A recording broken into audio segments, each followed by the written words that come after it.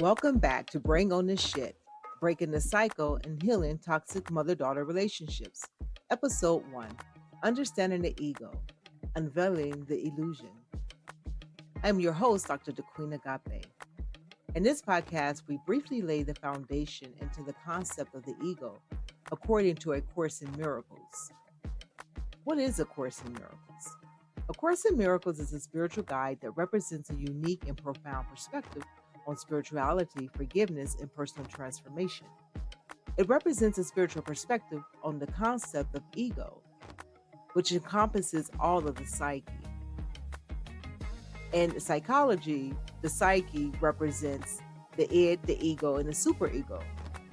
However, for the sake of this podcast, we will not be discussing the id or the superego. We will only be focusing on the concept of the ego, again, given the perspective from A Course in Miracles. The ego is often described as a false sense of self, the part of the mind that believes in separation from others and from a higher power or divine source. It is associated with fear, judgment, and illusions. The Course teaches that one's true identity lies beyond the ego and in the recognition of one's inherited unity with all things and with the higher spiritual reality, often referred to as God or the Holy Spirit. The goal of the Course is to undo the ego's belief in separation and return to the awareness of one's true nature as a spiritual being.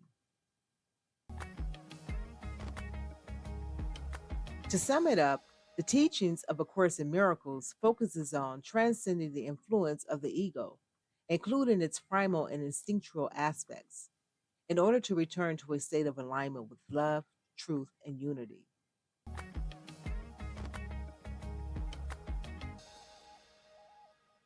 So just want to be clear that Bring On This Shit is not a podcast dedicated to A Course in Miracles.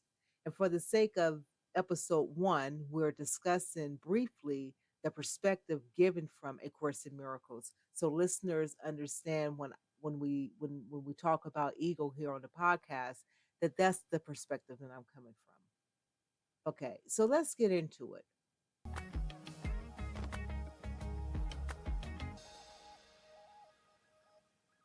So here's a breakdown of the ego's nature, character, manner, ways of being, and fears.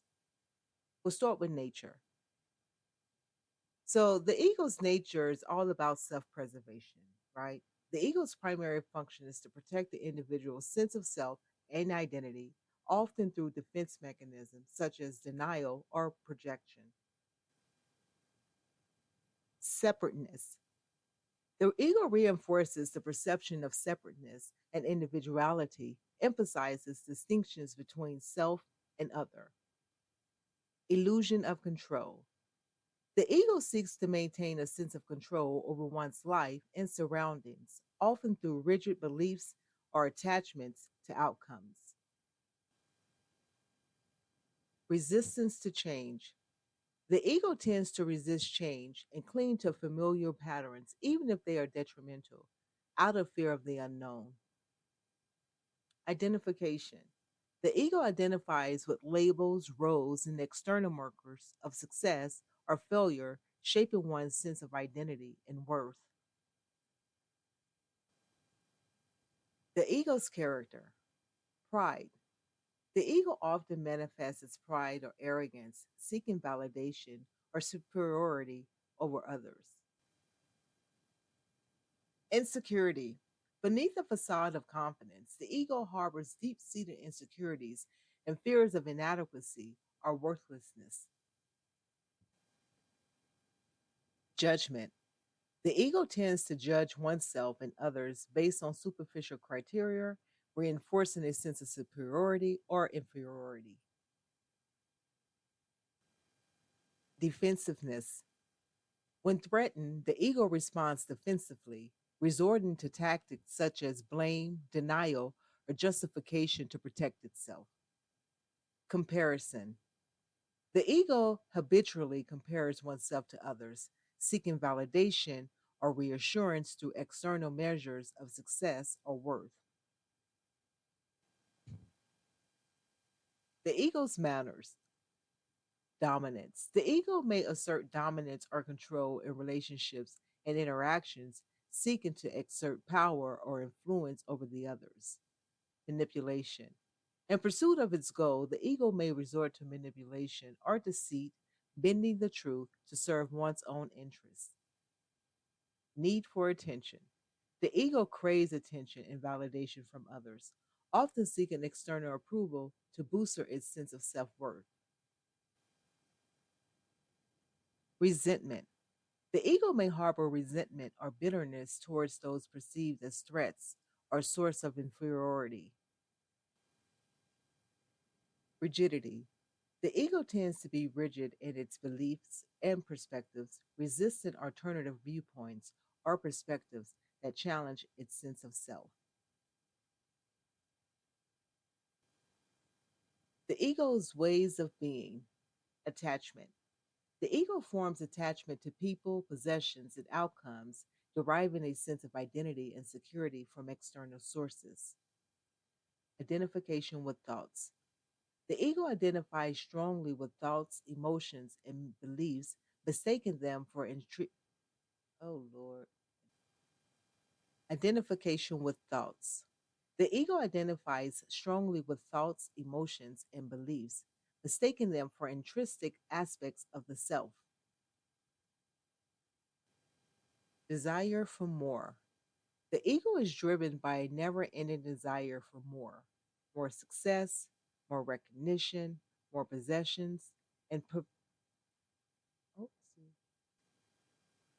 Desire for more. The ego is driven by a never ending desire for more success, more recognition, more possessions, and a perpetual quest for fulfillment. Fear of loss. The ego fears loss of control, loss of identity, loss of status, and may go to great lengths to avoid or mitigate perceived threats. Resistance to surrender. The ego resists surrender or letting go of its attachments, clinging to the illusion of control and autonomy. The ego's fears. Fear of annihilation. The ego fears annihilation or dissolution, viewing threats to its identity or sense of self as existential dangers. Fear of rejection. The ego fears rejection or abandonment by others, equating social acceptance with personal worth. Fear of inadequacy. The ego fears inadequacy or failure, striving to prove its worth through achievements or validation from others. Fear of vulnerability. The ego fears vulnerability or exposure, guarding against moments of authenticity or emotional intimacy that might threaten its facade. Fear of the unknown. The ego fears the unknown, clinging to familiar patterns and routines to avoid venturing into uncharted territory. Change. The ego fears change and uncertainty, as stated before, preferring the safety and familiar over the unpredictability of the unknown. Loss of control. The ego fears losing control over situations, outcomes, or other people as it equates control with security and stability. Criticism. The ego fears criticism or disapproval from others, viewing it as a threat to its sense of superiority or self worth. Being wrong. The ego fears being wrong or making mistakes as it perceives such instances as a blow to its credibility or authority. And last on the list, letting go. The ego fears letting go of attachments, identities, or beliefs that it has formed as it equates them with its sense of self. Recognizing these fears can help individuals understand the motivations and behaviors driven by the ego, facilitating the process of self awareness and growth. That concludes today's episode of Bring On the Shit. breaking the cycle and healing toxic mother daughter relationships. Join us next time as we delve deeper into the ego's influence on self awareness. Until then, remember, the journey to healing begins with understanding this thing called the ego. In a minute.